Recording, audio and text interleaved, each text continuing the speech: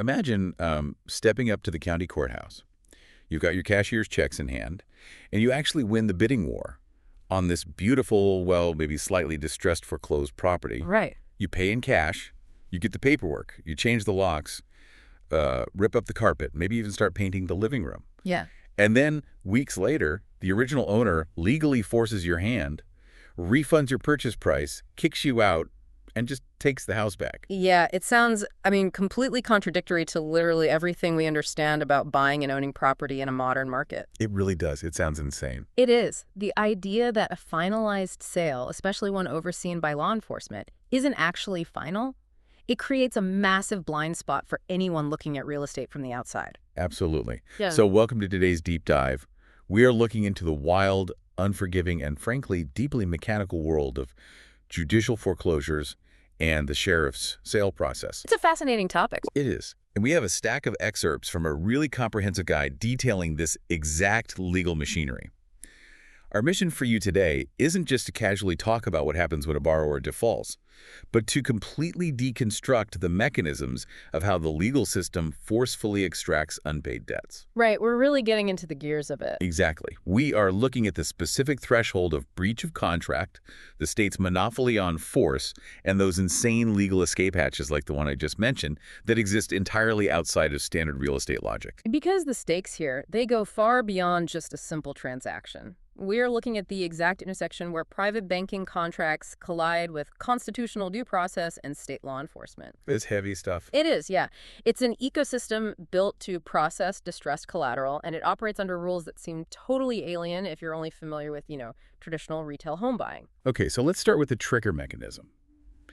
To understand why there's a sheriff standing on the courthouse steps auctioning off a title, we first have to look at the legal framework that gives the court jurisdiction to act in the first place. Right, the foundation. Yeah.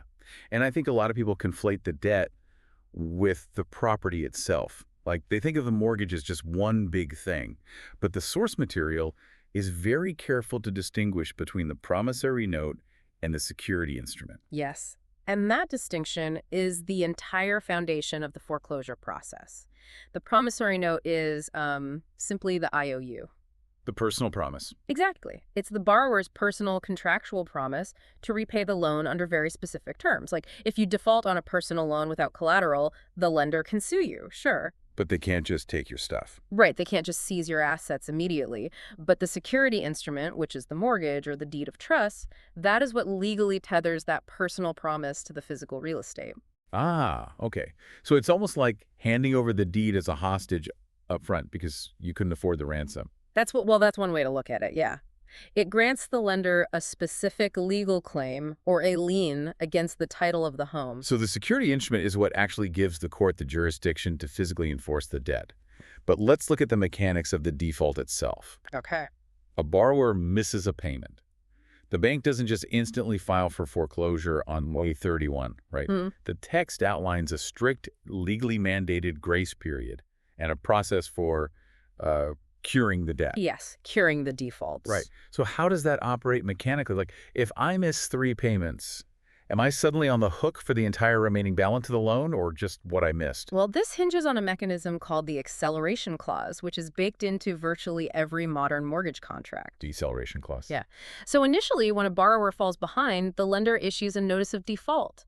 And during this legally mandated grace period, the borrower only has to pay the arrears, so the missed payments, plus any late fees. So just the back payments. Exactly. To cure the default and reinstate the loan, the machinery basically pauses. Okay, that makes sense.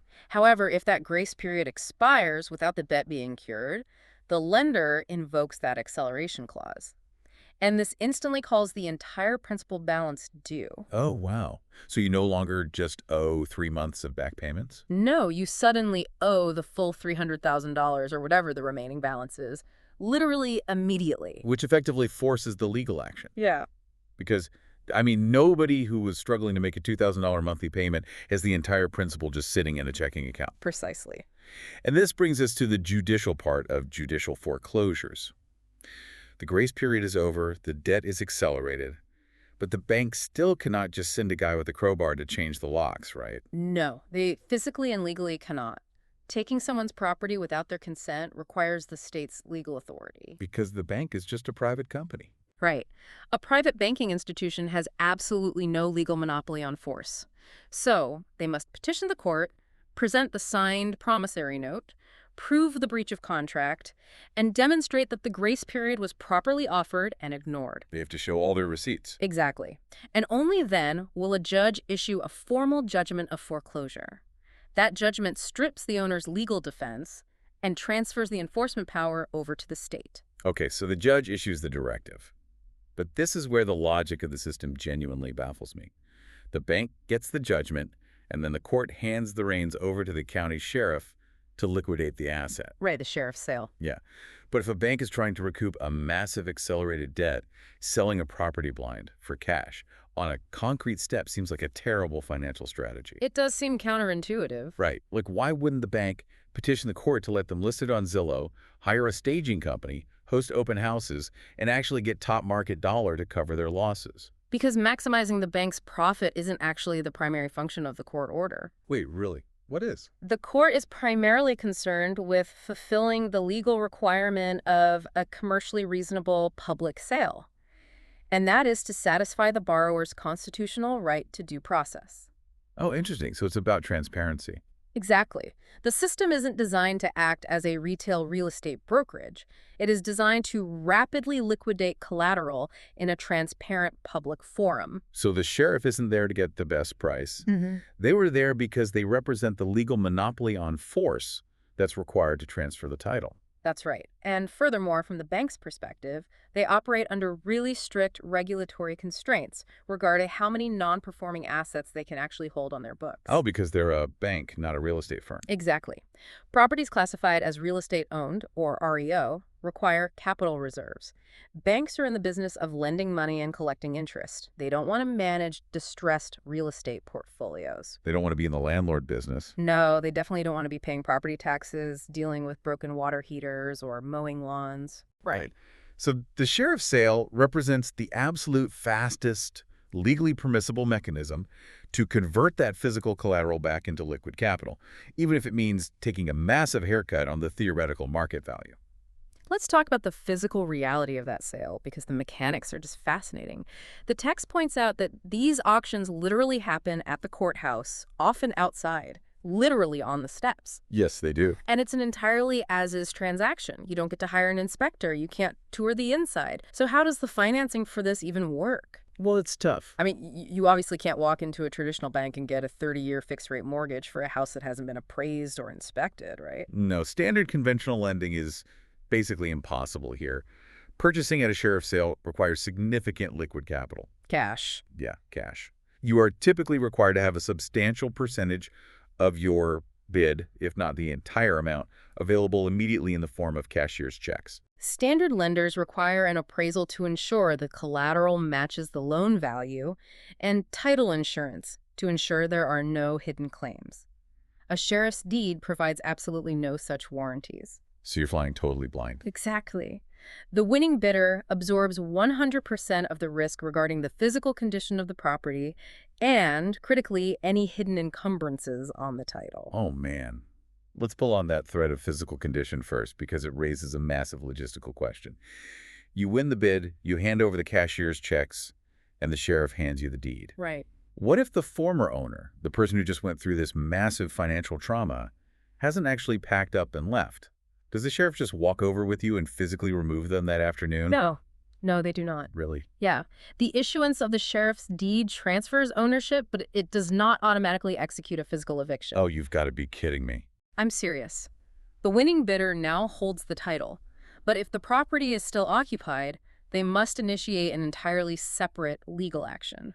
It's often called an unlawful detainer or eviction proceeding. So you become the legal owner of a house that currently contains hostile occupants. Yes. The sheriff will only physically remove those occupants after a completely separate court order dictates the eviction. Which means the winning bidder is essentially buying a massive legal and logistical headache.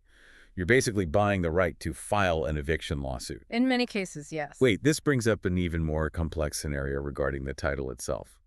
We've been talking about this as if the mortgage lender is the only one who cares about the property. Right, like it's a pie and they're the only one taking a slice. Exactly. But what if the homeowner, who obviously couldn't pay their mortgage, also hasn't paid their property taxes in like 5 years? Yeah. If you buy this house at the sheriff's sale, do you just inherit a massive tax bill from the municipality?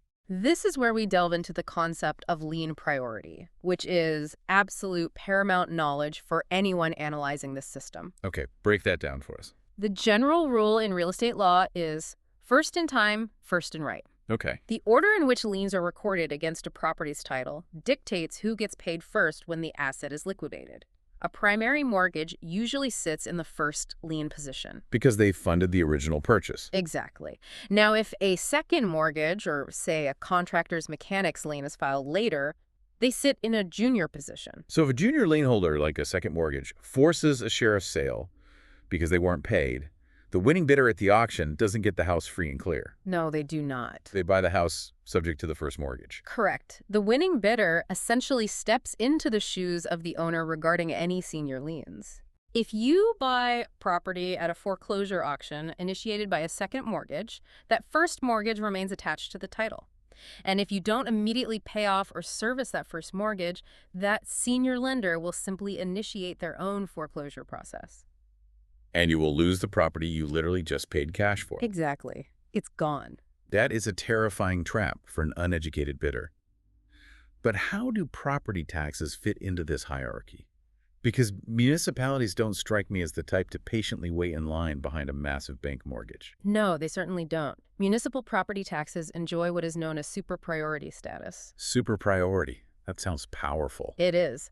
Regardless of when the tax lien is filed, it automatically leapfrogs all existing mortgages and liens to take the absolute first position on the title. Wait, so a $5,000 unpaid municipal tax bill can legally supersede a $500,000 primary mortgage? It can, and it frequently does. If a tax authority initiates a foreclosure to satisfy a tax lien and the property goes to auction, the subsequent sale can legally wipe out the underlying mortgages. The banks lose their collateral entirely. Completely wiped out. Which perfectly explains why banks usually have an escrow account for your taxes built into your monthly payment. Yes, exactly. They aren't doing that as a customer service favor for you. They are doing it to protect their own collateral from being wiped out by a local tax assessor. It's pure self-preservation. Now, the text makes a very specific distinction here that we really need to clarify for you regarding how taxes are handled. There is a sheriff's sale, which we've been discussing, and then there is something called a tax sale. Mechanically, how do these differ? The difference really lies in the scale and the initiator. Okay. A sheriff's sale is an individual, targeted legal event. A specific creditor petitions the court to liquidate a specific property. Just one house at a time. Right. A tax sale, conversely, is typically an annual or semi-annual bulk clearinghouse event, and it's orchestrated directly by the county or municipality. Oh, so it's a mass event. Exactly. The local government bundles hundreds or even thousands of properties with delinquent taxes and auctions off the tax lien certificates, or sometimes the deeds themselves to investors in one massive public event. Okay, so we've covered the immense momentum of this machinery.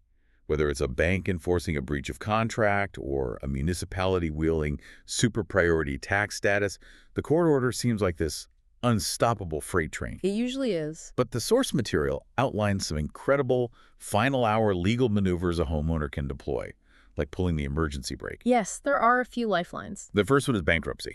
How does declaring bankruptcy mechanically stop a state judge's foreclosure order? It all comes down to federal supremacy. Federal supremacy. Yeah. When a debtor files for bankruptcy in federal court, a legal mechanism called the automatic stay is immediately enacted. The automatic stay. Yes.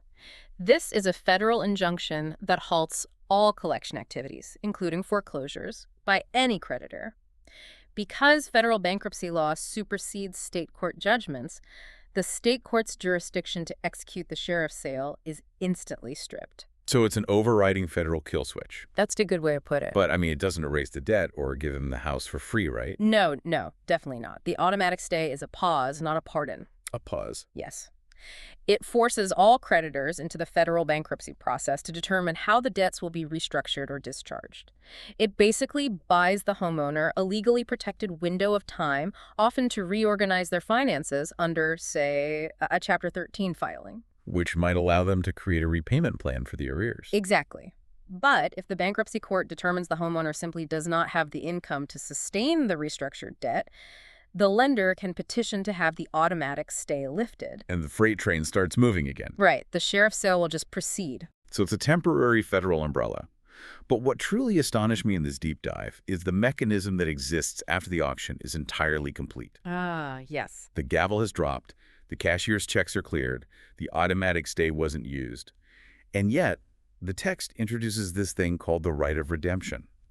Mechanically, how can the original owner simply undo a finalized court-ordered cash sale? It is pretty wild. The right of redemption is a statutory right granted by the state legislature, meaning it varies wildly depending on the jurisdiction. So it's not a federal thing. No, it's state by state. Some states don't offer it at all, while others grant a redemption period of up to a year after the sheriff's sale. A whole year. Yeah.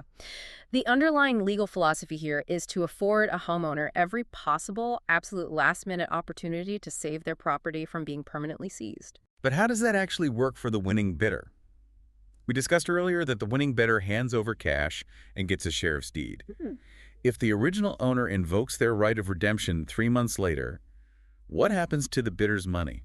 Does it just sit in a void? Well, during the statutory redemption period, the title is essentially held in a state of suspended animation. Okay.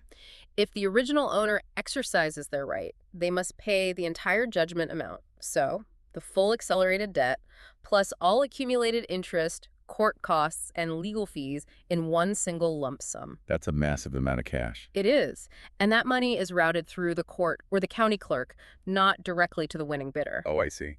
Then the court refunds the winning bidder their initial purchase price, often with a statutorily defined interest rate attached to compensate them for tying up their capital. Okay, so they get their money back with a little interest. Right. And then the sheriff's deed is nullified and the original owner regains clear title. Which leads to the obvious question. If a homeowner couldn't afford their $3,000 monthly mortgage payment before the auction, how on earth are they coming up with $400,000 in cash to redeem the property after the auction? Statistically, successful redemptions by the original homeowner using their own funds are exceedingly rare. I'd imagine. When it does happen, it is almost always facilitated by a third party. Like who? Well, a family member might step in with a massive loan. Or, far more commonly, specialized hard money lenders or investors identify the property.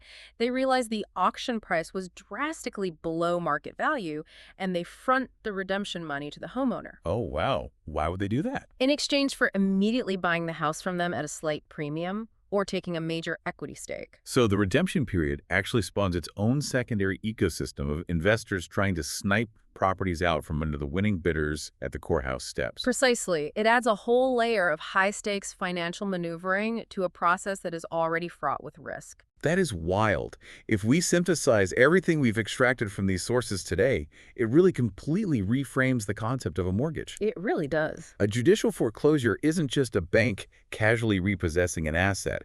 It is a complex, heavily regulated invocation of the state's monopoly on force. The sheriff's sale is the brutal, pragmatic endpoint of that process. Right. Designed to liquidate collateral publicly and rapidly. Irrespective of market value or physical condition. And layered on top of all this are the invisible traps of lien priority, super priority taxes, and the federal override of bankruptcy. It serves as a profound reminder of the mechanical realities of secured debt. When you pledge a property as collateral, you are voluntarily subjecting that asset to a legal apparatus that operates on strict, unforgiving timelines. You're signing up for the whole machine. Exactly. Understanding these mechanisms, like how a promissory note connects to a deed of trust, how a tax leapfrogs a primary mortgage, or how federal bankruptcy interacts with state courts, it's fundamental to understanding how real estate wealth is actually protected and, ultimately, how it is legally dismantled. It is a truly sobering reality check for anyone navigating the property market. And as we wrap up this deep dive, I want to leave you with a thought to mull over, building directly on that right of redemption mechanism. It's a good one to think about. Put yourself in the shoes of the investor who just won the auction on those courthouse steps. You did the title search, you navigated the cashier's checks, and you won the bid. But depending on your state, you now have to live with a psychological ticking clock. That anxiety has to be real. Right. You possess the property, but you know that for the next 6 to 12 months, A hard money lender could swoop in, fund the original owner, legally void your deed, and take the asset right out of your hands. Just snatch it away. How does that looming invisible threat of a post-sale redemption fundamentally alter the way you would calculate risk? If you know the sale isn't truly final until that clock runs out, how deeply does that uncertainty discount the true, underlying value of buying a foreclosed home? Until next time, keep digging deeper.